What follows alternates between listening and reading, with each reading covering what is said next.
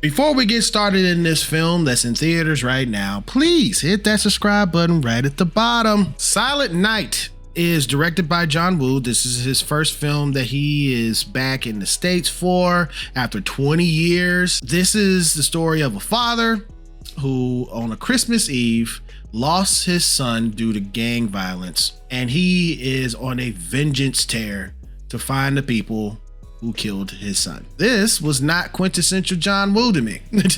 This had remnants of John Woo, but it felt more like a Snyder film in certain cases. I can see that. I clocked out. By the end. There was no dialogue in this film at all. It was just gestures. You hear some background noises of different people who would say certain things, but to me, you would think that, yeah, Silent Night, the main character, is supposed to be silent because he has an injury. But everybody doesn't talk. Yeah, that's what threw me. I'm like, so why did we have to justify the fact that our main character can't speak, but literally no one in the film speaks? Like you didn't have to go by each and every single character and say they were also shot in the throat. No, we just understood that this was the concept of the film, right? And only that, they had flashbacks to before he got shot in the throat. He didn't speak then, so clearly we don't need this. That would seem like too much, like, like putting another chair on top of your chair or wearing a hat on top of your hat. Like, I don't, like, why do you have to do that? But You're right. This movie is the type of movie where the concept of the film is the movie. And the concept of this film is no one speaks, right? It's literally in the title, Silent Night, right? There's virtually no dialogue. We might hear a radio or something like that, but it's virtually no dialogue, which I think is interesting and an interesting way to make a movie. Unfortunately, it's been done before, but it's an interesting way to make a movie. But the only bad thing about that is when you have like virtually no dialogue, like I'm talking like goose egg dialogue, that means to convey things to the audience, you've got to use cliches and stereotypes so that the audience understands what's what.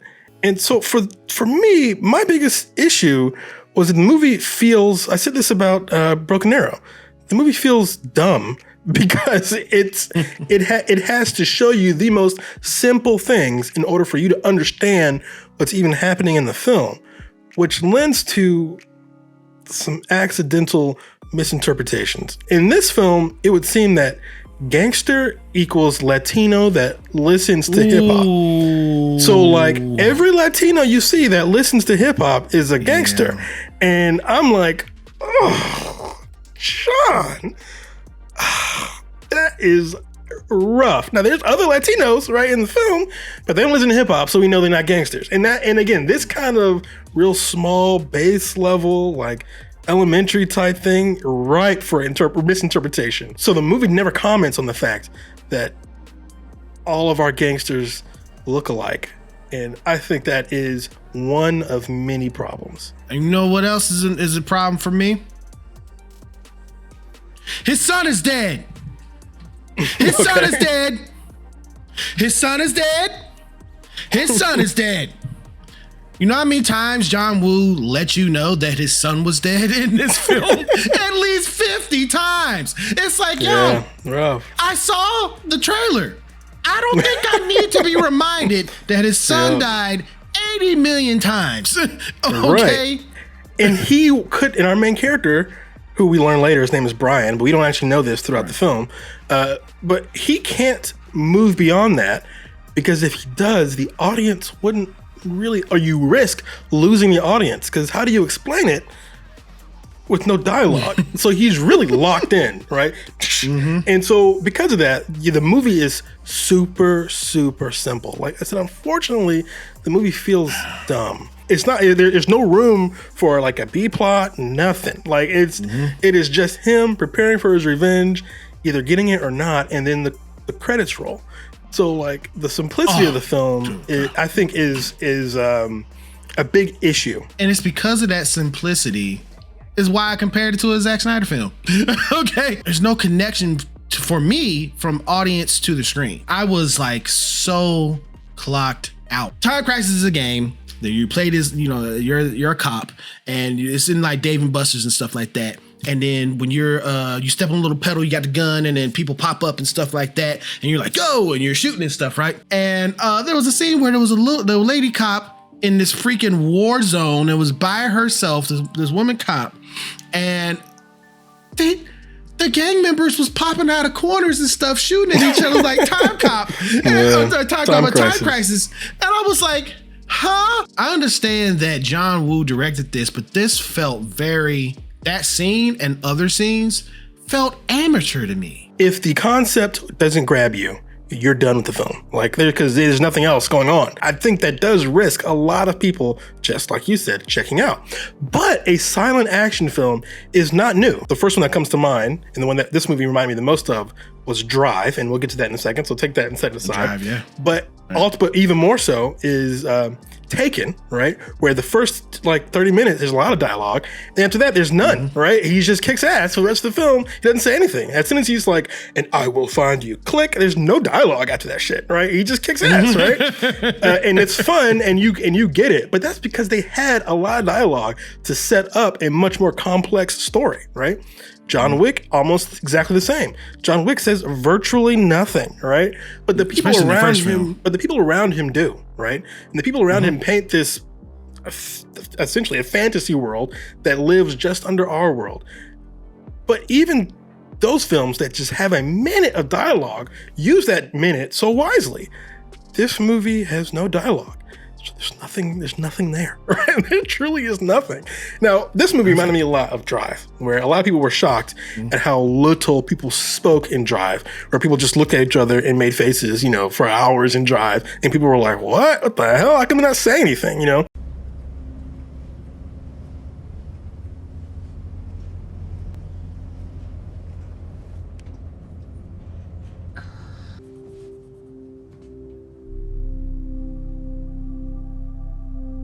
But again, every once in a while, they would actually speak to convey a complex thought or a complex emotion.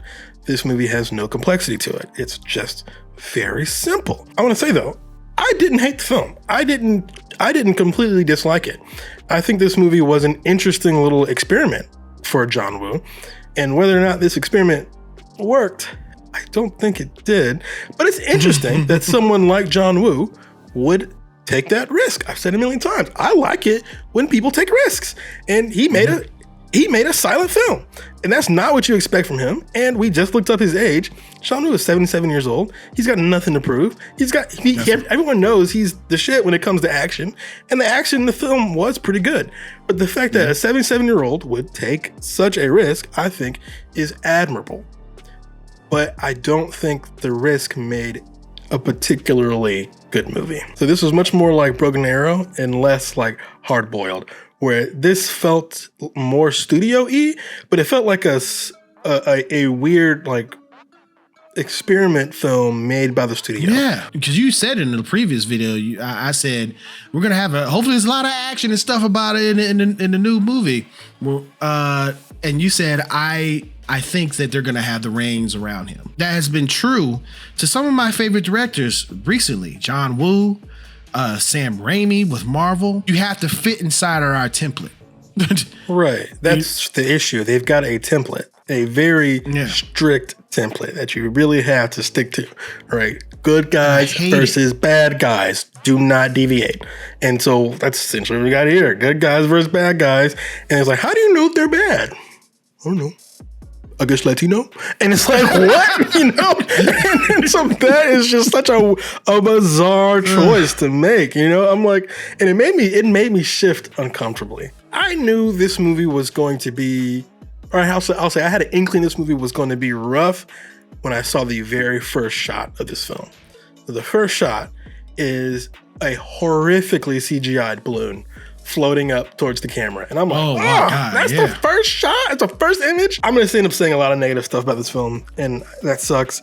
But like I said, I do want to say when action was actually going, it felt like a better movie. Like I could feel things shifting, right? And things got creative again, right? There's a scene where our main character is in a car, and someone jumps on the roof of the car, and our main character was just a guy. He was not like some sort of an army guy or something like that.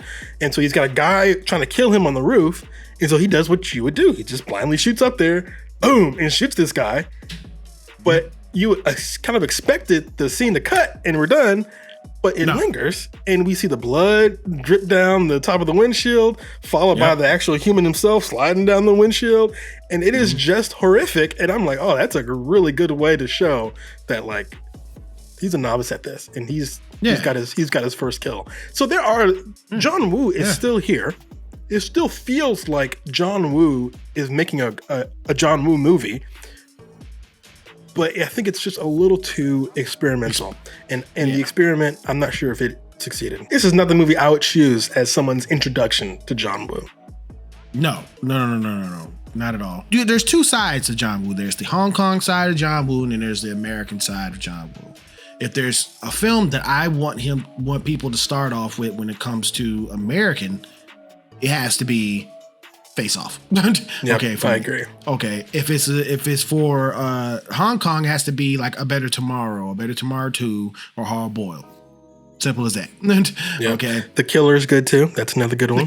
The Killer's freaking awesome. Which, by the way, I heard he's remaking that. Yeah, it sounds like a terrible idea, but right. You got to make that money. I get it.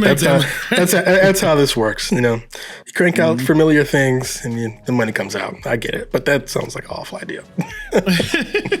It's like, I'm going to remake Godfather. Like, don't leave it alone. It's like you already made it. Why you want to remake it?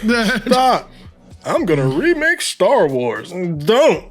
Please stop, I was excited to see a John Woo film, but I say that I was a bit disappointed. The montage of his training was really good. The execution of him actually trying to get this stuff done with the fight scenes and the shootouts, but I just don't think this stuck the landing for me, and I do not think this is going to stick the landing for a lot of John Woo fans. So I'm giving this film a C-. A C-. Okay. Yep, I'm giving this one a C. The movie is just too simple, and it has to be because they've removed a tool out the toolbox, right? No one is speaking in this film. I say this all the time about modern movies that are black and white. I'm like, why? Why lose a piece of the movie? I feel like it's got to be justified in some way. Same thing with this film. They took out people talking. Why? The movie gives you nothing. It feels like the movie's walking around with his hand tied behind its back, right? And so because of that, the movie has to operate in stereotypes and cliches. And also the thing with him getting shot in the throat. Why? I really racked my brain as to why they kept that in the script when literally no one speaks. I think the reason why is so that we could have a face for him to go after, because his son gets shot in like a drive-by shooting, and I guess you can't see the driver, right? So we need a face to chase after. But to be honest, the gangster that shot him had some justification for shooting him. Because Joel Kinnaman was going to kill him, right? It was a courtroom. Joel Kinnaman would lose. Yeah, he would. And the fact that this was a dialogue-free film, I think, hurt the movie. It's clever, and I guess that's good for marketing, right? It's literally called Silent Night. You might be curious as to why John Woo is making a film with no dialogue. And I can see why it might even appeal to someone like John Woo. We know John Woo is bilingual, but his English isn't that great. So I get why that might appeal to him, but the end result, I feel like, is not a good movie. Would you recommend people to see this film? No, I would not. There's got to be 100 million better movies to watch than Silent Night. And there's got to be 100 million better movies where there's virtually no dialogue than Silent Night. So no, I would not recommend this one. And there's better John Woo films. So why check out this one? It's funny, we said the same thing last week about Broken Arrow. I do not recommend people seeing this film. And it just did not feel John Woo enough for me. And it ain't gonna feel wooified for you. This does not negate the fact that John Woo is an expert, phenomenal filmmaker. Yes. Right? Yes. I feel bad saying such negative things about someone who's so talented. But unfortunately, this was a misfire. But more importantly, Do you recommend this film? Have you seen Silent Night? Please get in the comments and let us know. We really do appreciate you guys. Our subscriber count is looking good, but it could be better. And you know how you can make it better? You can hit that subscribe button right down there at the bottom, all right? It is totally free, and you'll get some great entertainment from us. And if you like this video and review, please hit that thumbs up. It really does help out this channel. Or you can hit that thumbs down. Whichever you choose, it is your opinion, but just remember one thing, it is mostly wrong. We'll see you guys in another video, all right? Take care.